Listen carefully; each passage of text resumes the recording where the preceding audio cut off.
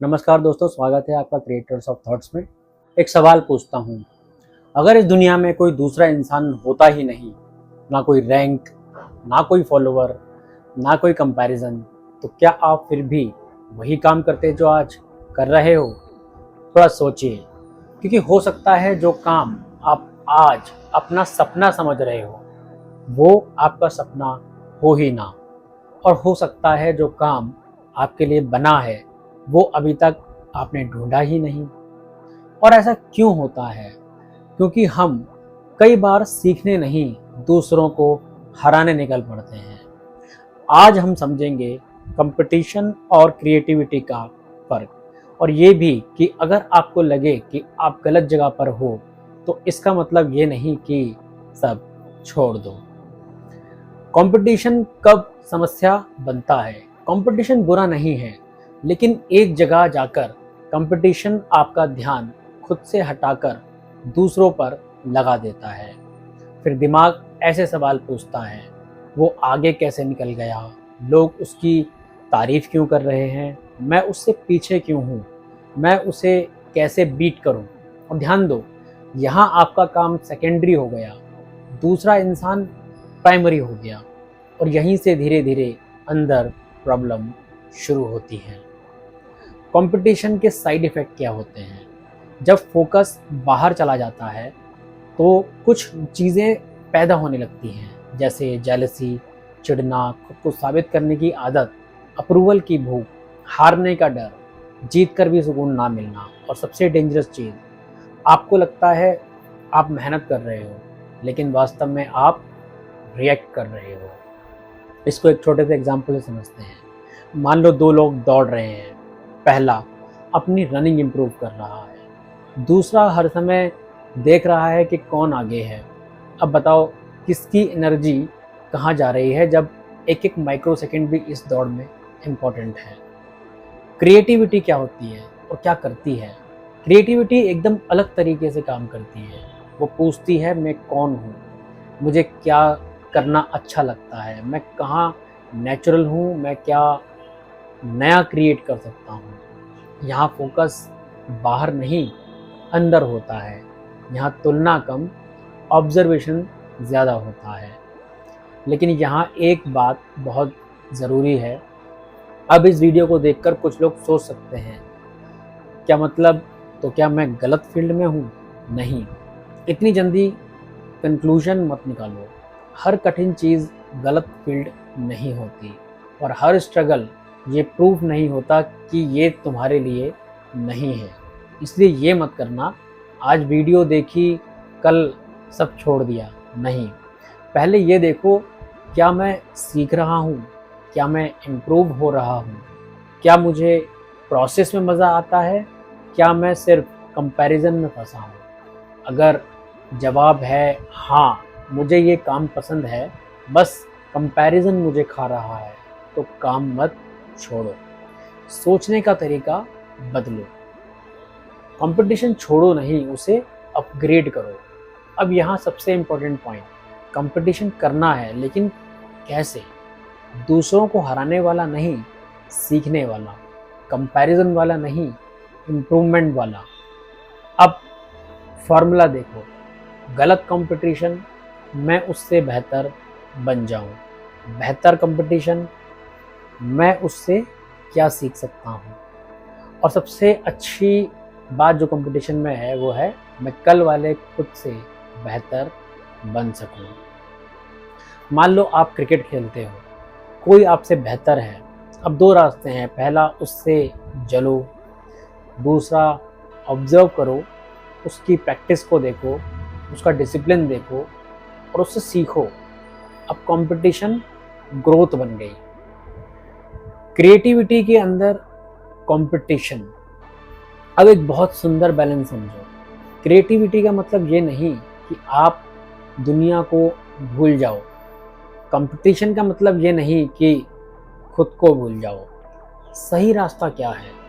Creative बनो, और उसी क्रिएटिव फील्ड में हेल्दी कंपटीशन रखो, ताकि कंपटीशन इम्प्रूवमेंट दे, क्रिएटिविटी डायरेक्शन दे।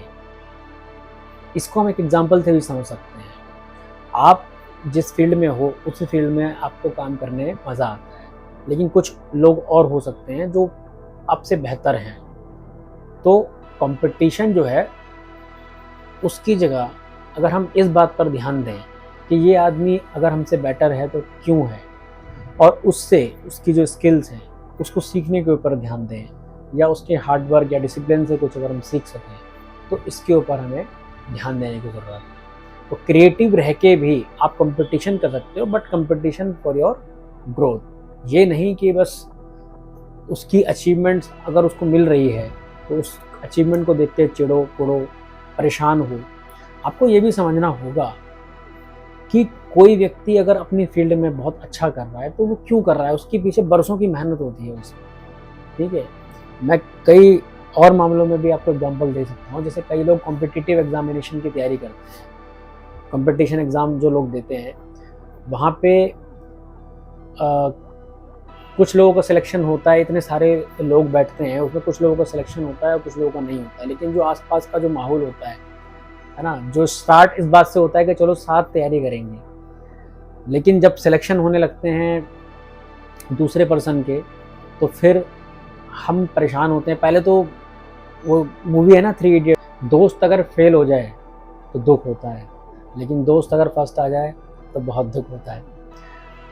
तो ये चीज़ें जो है, कंपटीशन अगर आप कर रहे हो और उस कंपटीशन को आप समझ नहीं पा रहे हो तो ये तकलीफ़ें होती हैं। आपको ये देखना पड़ेगा कि वो पर्सन जो जिसका सिलेक्शन हुआ है वो क्यों हुआ, क्या उसके पीछे का जो बैकग्राउंड है वो कैसा था, और उसमें रिसोर्सेज की बात भी हो सकती है, उसकी खुद की पर्सनैलिटी की बात होती है, कितना हार्ड वर्किंग वो रहा होगा, वो सारे फैक्टर हो सकते हैं उसके अंदर। ठीक है, तो कंपटीशन करने में सबसे बड़ी प्रॉब्लम ये है कि आप सीखने के ऊपर जो आपका नज़रिया होना चाहिए वो बहुत नैरो हो जाता है, और जो अदर दैन सीखने वाला पार्ट है, परेशान होना, जेलसी और ये सब फैक्टर इतने बड़े हो जाते हैं कि आपका जो मेन ऑब्जेक्टिव है कंपटीशन का वो है सीखना, वो अचीव ही नहीं हो पाता। कंपटीशन जो है उसमें अगर मैं एक शब्द में कहूँ तो कंपटीशन यदि आप कर रहे हो किसी से, अचीवमेंट तो सेकेंडरी है कि आप अचीव करोगे और उसको बाद में बीट करोगे या ये दिखाओगे कि मैंने उससे आगे कुछ हासिल किया है लाइफ में, ये तो बात की बात है। लेकिन जो सबसे पहली चीज़ है जो कंपटीशन करने से आपको मिलती है वो है सीखना, लर्निंग। और लर्निंग यदि नहीं हो पा रही तो ऐसा कंपटीशन किसी काम का नहीं, फिर आपको जो दूसरी चीज़ें हैं वो नुकसान ही देंगी। इसलिए हम कह रहे हैं कि कंपटीशन जो है वो बहुत ध्यान से हमें अपने आप को ऑब्जर्व करना चाहिए कि हम कंपटीशन ही कर रहे हैं या कुछ और करने लग रहे हैं उसके चक्कर में। सबसे बड़ा नुकसान क्या है? सबसे बड़ा नुकसान हारना नहीं है, सबसे बड़ा नुकसान है इतना कंपेयर करते रहना कि आपको पता ही ना चले आप असल में कौन हो, और फिर पूरी ज़िंदगी दूसरे की रेस दौड़ते रहना। आप एक ऐसे सेक्टर में घुस गए हो जिस सेक्टर में आपको मज़ा ही नहीं आ रहा। यहाँ पर एक बहुत ही इम्पोर्टेंट बात है समझने के लिए, कंपटीशन करते करते हमें ये एहसास भी नहीं रहता कि जिस फील्ड में हम घुसे हैं क्या वो हमारे लिए है। अगर वो फील्ड ही आपके लिए नहीं है तो क्यों उसमें समय ख़राब करना। कई सारी मैं फैमिलीज़ में भी देखता हूँ, एक बच्चे ने एडमिशन दूसरे बच्चे को देख के एडमिशन ले लिया फैमिली के ही, कि साइंस साइड लेनी है। क्यों लेनी है? क्योंकि उसने भी ले ली है, उसने ली है इसलिए मैं लूँगा, फिर उसमें भी मैं कंपटीशन करूँगा। ये चीज़ सिर्फ बच्चों तक सीमित नहीं रहती बल्कि फैमिलीज़ में भी जाती है। पेरेंट्स के भी मन में ये ख्याल रहता है कि नहीं हम बच्चे को भी इसी स्ट्रीम में डालेंगे, इसी में हम, बल्कि फिर स्कूल में भी चला जाएगा। कंपैरिजन करना देखा जाए तो वो भी एक आदत बन जाती है। It is not sticking to an individual only, families में हम देख रहे हैं इस चीज़ को, तो कितना डीप रूटेड है ये, है ना। अब एक बच्चे ने एक स्ट्रीम ले ली, उस स्ट्रीम में भी वो कंपटीशन कर रहा है कि इससे ज़्यादा नंबर लेके आने फ़र्ज़ करो साइंस स्ट्रीम बच्चे को दिलवा दी उसके पेरेंट्स ने, एक फैमिली की रिस्पेक्ट के लिए कह लो, या बच्चा जो है खुद दूसरे की स्ट्रीम से प्रभावित हो रहा है ना। मैं अपना एग्जांपल भी यहाँ पे देना चाहूँगा। जब मैं 10th पास की थी मैंने, तो मेरे जो क्लासमेट्स थे वो साइंस ले रहे थे, तो क्लासमेट जो है दूसरी क्लास में उनसे बिछड़ना हो जाता, तो इस चक्कर में मैंने भी साइंस ले ली। एक मन में ये था कि चलो मैं भी साइंस ले लेता हूँ, ठीक है।